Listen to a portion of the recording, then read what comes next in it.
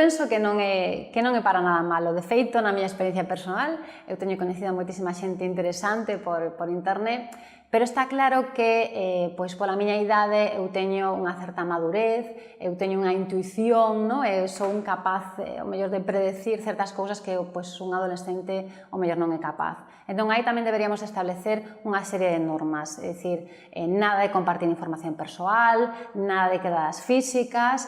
Eu creo que se lles contamos casos reais de nenos ou nenas, non? Que sufriron, por exemplo, grooming, como esas persoas que les creían que eran persoas da súa idade, fantásticas, ou mellor resultaron ser pederastas, xa lle daremos unha información adecuada para que teñan, pois, cuidado, estén alerta neses encontros virtuais.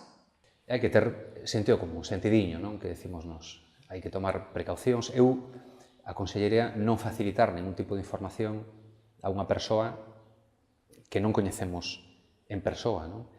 E mesmo, cando a coñecemos, seguir tendo certas precaucións, non? Se a fonte primaria é internet, non? Hai que contrastar, hai que deixar pasar o tempo, hai que ver un poquinho o olfato de cada un de nós, pero creo que coñecer xente por internet agora mesmo pode ser unha experiencia moi positiva, sen deixarse levar, sen que sexa o único xeito que teñamos para coñecer xente.